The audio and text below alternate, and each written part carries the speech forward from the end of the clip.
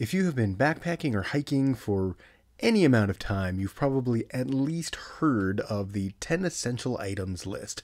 These are 10 pieces of gear that, whether you're going out for an overnight trip, a day hike, or a months long through hike, there are 10 pieces of gear that you should carry with you to keep yourself safe, to keep yourself comfortable, and just to kind of enhance your experience in the backcountry. If you are anything like me, you have added on to that list over the years.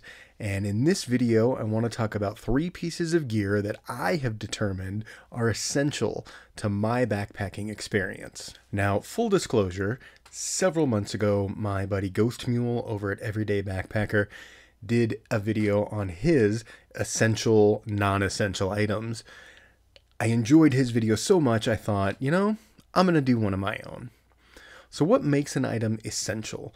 What makes a piece of gear one of those things that you just can't live without?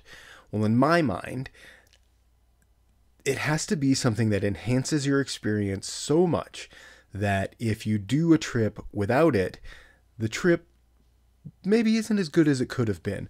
Maybe you're not as comfortable as you could have been. Maybe you don't sleep as well as you could have because you're missing this one piece of what has become for you essential gear. So the first piece of gear I want to talk about in this video is an inflatable air mattress. Ever since I graduated from just kind of the minimalistic closed cell foam, good enough to get through the night kind of a sleeping pad, to an air pad, I have never looked back.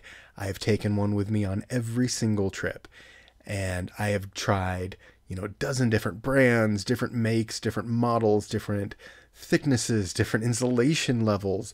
And the one thing that has stayed consistent through all of the different experimentation, through all of the trial and error, is that I sleep better on an inflatable, like a fully inflatable air mattress than I do like on a closed cell foam, or even kind of those hybrid pads. I do have a Nemo hybrid pad, which I enjoy quite a bit, but I sleep so much better on a fully inflatable sleeping pad. My pad of choice these days is the Sea to Summit Etherlite XT.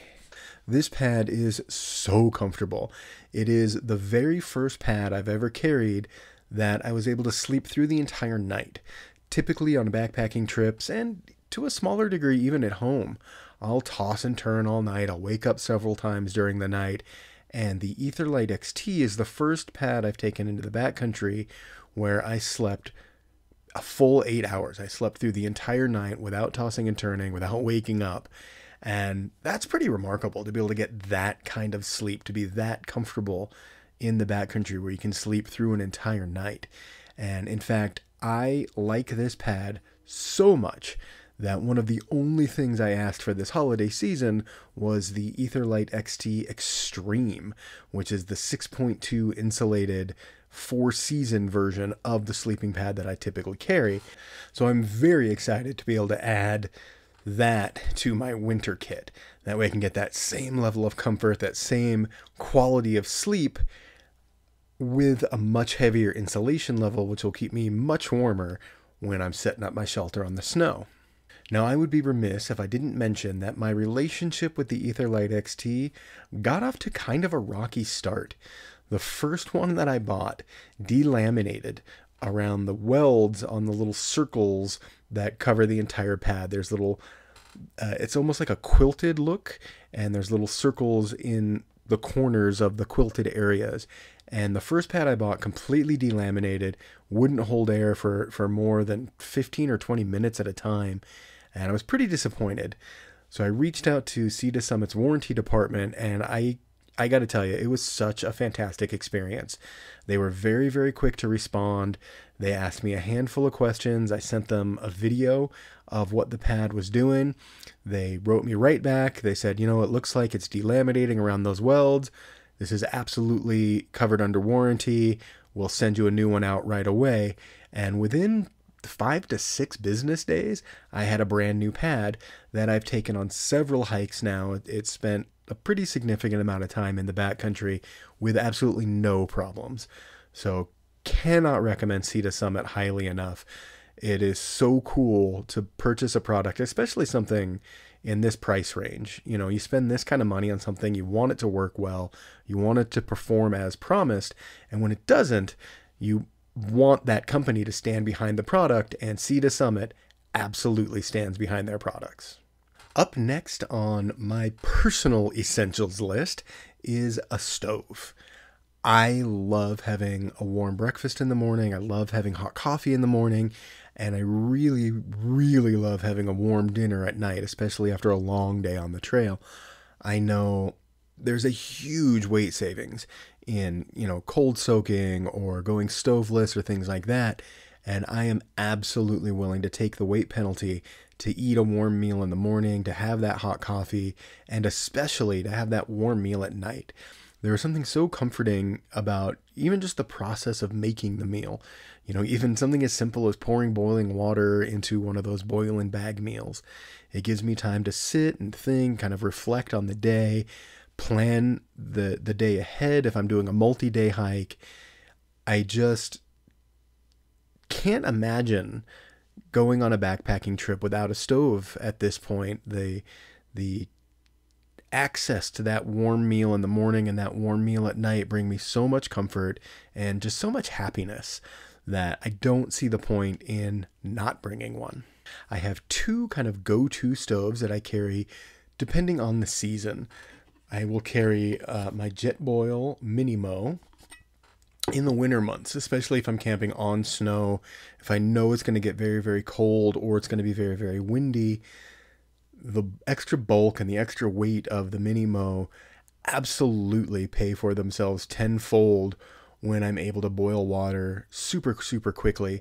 And especially on those trips where I'm boiling snow to get water. If there's, all the running water is frozen, all the lakes are frozen over. So I'm digging into the snow, I'm filling that pot. It handles that so well and so efficiently with just a minimal amount of fuel. So the Jetboil is my go-to for cold weather backpacking. The rest of the year, I carry just my simple MSR Pocket Rocket. This is the Pocket Rocket 2, so it does have the simmer dial, and it's just a workhorse of a stove. The MSR makes a quality product. These things last forever. I know there are lighter stoves out there. I know there are more technologically advanced stoves out there, but the Pocket Rocket 2 gets the job done so well and has never, ever, ever let me down. So I don't really foresee changing that out unless something catastrophic happens to my Pocket Rocket. So the third and final item on this list of essential, non-essential gear is my Kindle.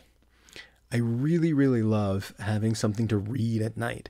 When I crawl into my bed, I'm tucked into my quilt and ready to fall asleep, I need some way to kind of relax my brain, shut my mind off, and reading really, really helps me with that. I have a few friends who will, download movies or TV shows onto their phone or their tablet and bring that with them, and that doesn't work for me. Watching television or watching a film kind of overstimulates me, and it doesn't help when I'm trying to fall asleep. So reading I have found to be really, really relaxing, and it really puts me into that state of just being ready to fall asleep. Another thing that I really love about bringing the Kindle with me is very, very often, and increasingly more often these days, I can download the guidebook for the specific trail that I'm on. So as I'm getting ready to fall asleep, I can kind of read about what's coming up the next day, plan my attack for the miles to come. And it's just so convenient. It barely weighs anything. And it's just been such a comfort to me and has really enhanced my experience of being in the shelter and getting ready to say goodnight to the woods. Well, those are three things that I carry with me on every overnight backpacking trip, whether it's just a single night, a multi-night, or a through hike. These three things are always in my backpack. What items have you started to carry? What items do you bring with you that aren't necessarily on that 10 essential items list, but have become essential to your backpacking experience? Let me know down in the comments, and we will talk again soon.